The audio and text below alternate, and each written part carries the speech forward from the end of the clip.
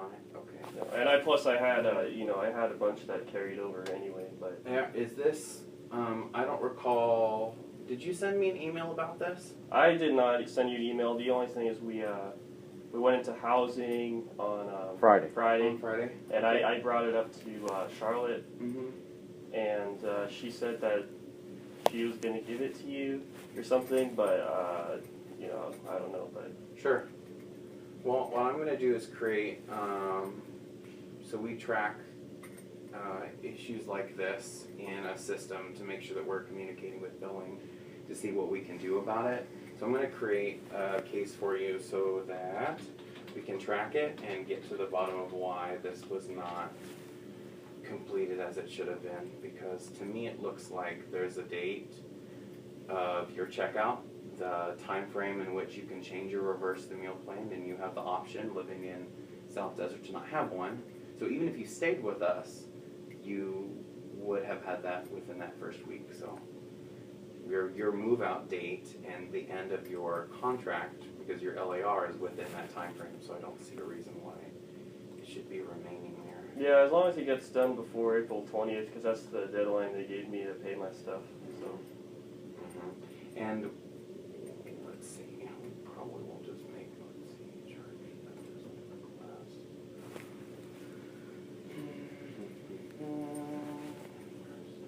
Okay, I'll write this up in a second. So,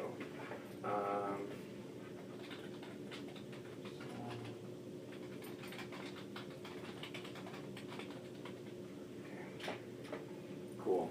Well, I'll get that going and try to figure out what's going on with it. Alright, I just appreciate if you could just send me an update or something when you put it in, so that I can just make sure that it's going through. And is there when this request goes through? I mean, who does it go to? So what happens is when I intake information and I'm going to be sharing it with the billing officers and the financial officers, they're all housed at Tempe. And however quickly, because there are very few of them trying to operate everything, which is weird, but that's what it is. As soon as they're able to look at the account and start to see why things are occurring the way they're occurring, we'll be able to get an answer and hopefully reverse those charges. Unless there's something I'm not aware of and something I can't see on your account that's affecting it, then I think we'll be okay. But I don't want to sit here and say, I absolutely am going to get it all reversed for you, because I don't know what they might see that is affecting it. It's above, not necessarily above me, but in a different realm as I am, and they have a greater purview over the billing area. So, if, let's say, April 15th, 16th comes around, if it's not reversed, who should I contact? Right.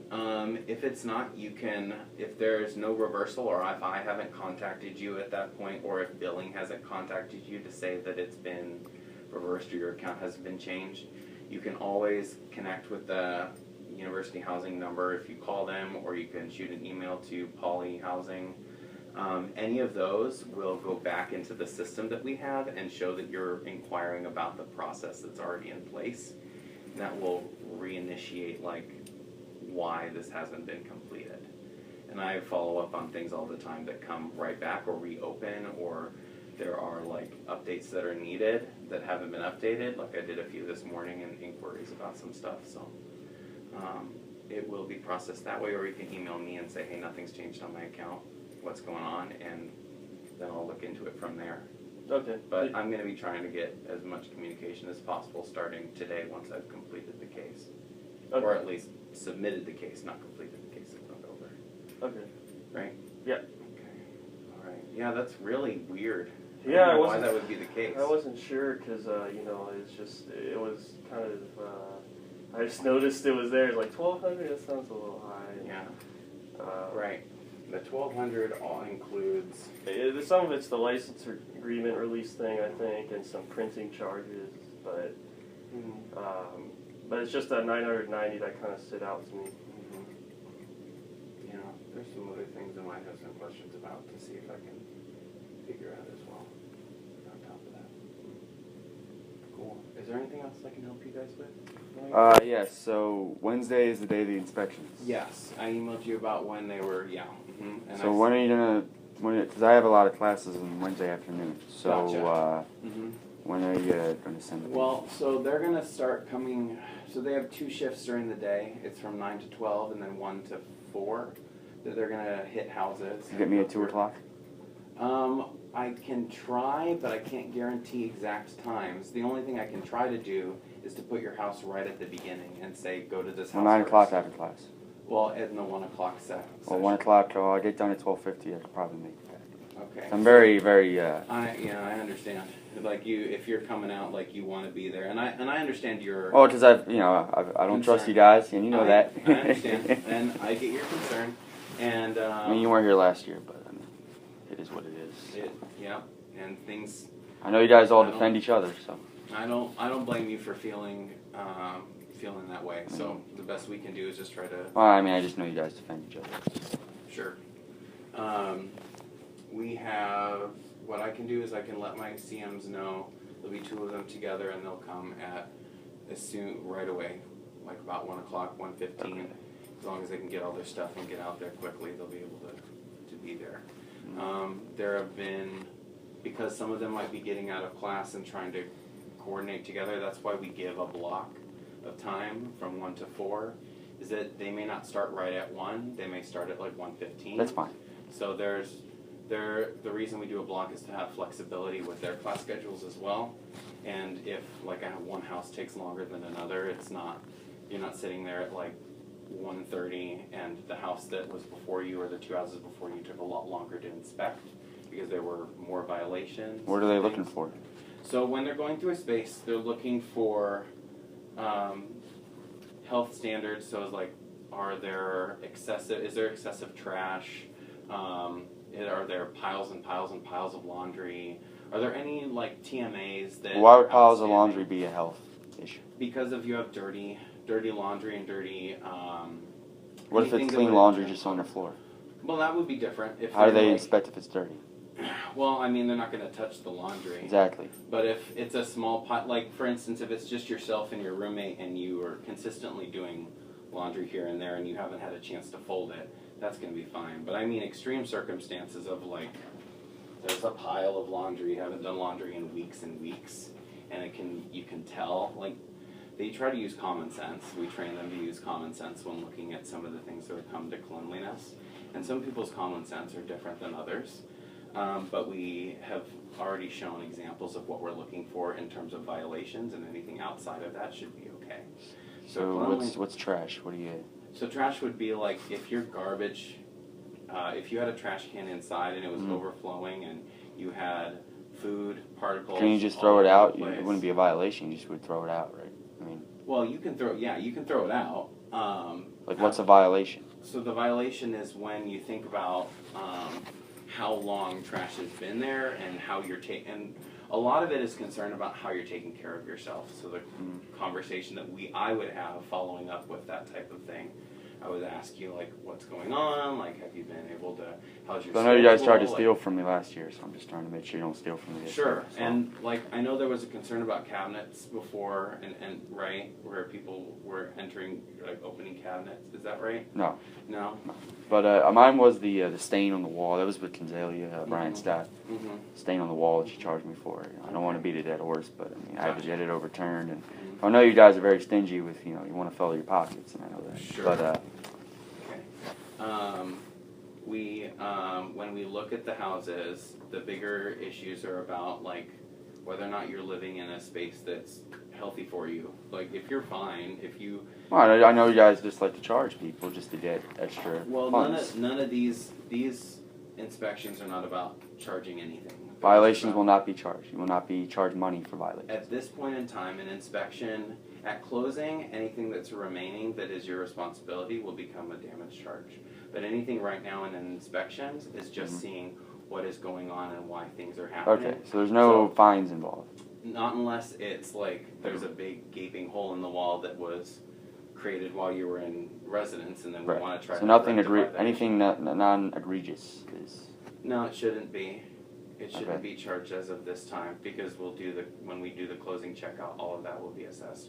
At this point, we're looking for very specific things, and in general, the cleanliness and healthiness of the space.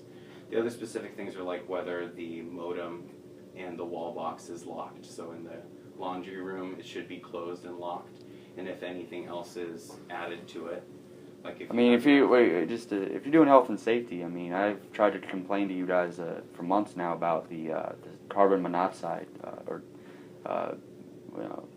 chances of a carbon monoxide leak with the venting. So if you're doing health and safety, I mean, that would probably be the biggest one rather than just trash and laundry. I mean, right. I've told about that for months. We're definitely doing they should be checking smoke detectors to make sure that they work. So that's another. Well, I mean, carbon monoxide. So. Right, and carbon monoxide would come from the gas within the house. And so right, but the people who were fixing our furnace or the hot water heater back in October said we had a good chance of a carbon monoxide leak because of the venting. And I told your coworker Charlotte over at Quad 3 about it, and she said, "Oh, well, the world could end tomorrow," and she never got to it. So I'm just, I mean, I know it's the end of the year now, but it's, it could happen anytime. So sure. But if you're doing health and safety, I mean, I think that would be a bigger risk for health and safety than just trash on the floor and laundry. Absolutely, and I think that's we're trying to work on that preventative measures coming up when we're moving into the next academic year, because our CMs are not trained facilities experts, and when we receive concerns like that, and we're trying to communicate them to facilities to look at those things. So I'll follow up. They had look at it. They just said I should contact somebody, and I told Charlotte, and she never got to it. So. Right, and since we in residential life portion of our department, like I can't go in there and say like what is and what is not a carbon monoxide leak, because I've never. That's not my training. Right, but the people who did, the maintenance people said it was. So exactly. they got that analysis. And so what we're missing from me is any note from them about how to follow up. Oh well, I told Charlotte back in January, and she wrote it. The receptionist wrote it down, and I don't think they ever got to it. So. Okay, I'll follow up about that, because I want to make sure that that's okay, and I wasn't aware that wasn't being completed. Right. Well, I mean, Yeah, it sounds like she kind of just writes stuff down. She just, that's what she did Friday. She just wrote it down, didn't really, well, to be honest, I don't know what she does in there, so. Right, okay. But, I was thinking, with the carbon dioxide, just because, especially those houses over there, they are kind of old, and even in our house, I didn't quite totally trust the whole furnace system and whatnot, and it might be a good idea to just do, just once during the semester to do a full carbon monoxide leak check and just have everything. Sure. You know what I mean? Because it is just kind of a little bit of concern. Oh yeah, especially when you're sleeping. So. Yeah, right. Because it's a sign. I mean, that's a fatality risk. Yeah. So. And it was a shame that she said what she said and never even really got to the problem. Okay. So. Yeah, I can understand that.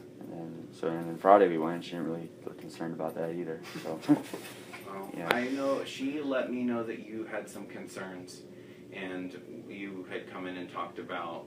What she told me was that you were talking about your account. Yeah, that's the things we talked about today. Right. We talked to her on Friday. And I got about the. They actually health and safety and about the account, but I didn't know anything else. Well, to be honest, I mean, I don't know. No one said you were at Century on Friday. They just said you were at a meeting. But no one said your office was at Century, so that was kind of misleading. So okay, well, it was a little unprofessional as well. I was out of the office on Friday. Okay, well, you sent me an email at 8:45 on Friday, so I thought you were in. 8:45, yeah, in the morning. Right. Oh, you were here. And then we left for a conference up in Flagstaff, and I left at 11. Well, it was just to be appreciated if they said on Friday where you were, because we went back there today, and they told us today, and it was the same people, so it was kind of weird that they just said on today but not Friday. So. Yeah. I don't know. I mean, it just seems a lot of, misleading things that are all wrapped together. We're hopefully trying not to be corrupt. Trying not to be misleading or corruptive. That's not our. Well, I mean, there's some gray area there. I mean. Sure. I mean, Reagan. I mean, come on. Sure, I understand there were some issues in that. Well, I mean, it's all about politics, bias, and who's working with who. I mean, so. There's some of that plays in, I guess, yeah. Okay. Because I know Kinzali and Reagan, I mean, I don't know if they were working together, but. So. Well, unfortunately I can't speak to that one since I wasn't here, but. Right. Well, I just know what goes on. So. Okay. Well, is there anything else I can do for you, Bo? Yeah. What's what's the deal with the kelp? The kelp? Kelp on the beach. Kelp on the beach. You mean why it washes up on shore? No, like picture with you and the kelp. Facebook. Oh, yeah, it was one of the last. That's interesting. You saw that. Okay. It's public, so. Oh, okay. Yeah. Just thought I'd let you know. Okay, thank you. I appreciate that, and that way I can. I'm not embarrassed by that photo, but by any means, I should be more careful about what's up there, right? Yeah, everybody should about their privacy, right? Yeah. So the kelp was a last little beach party with one of my grad groups where we were hanging out over in Venice Beach.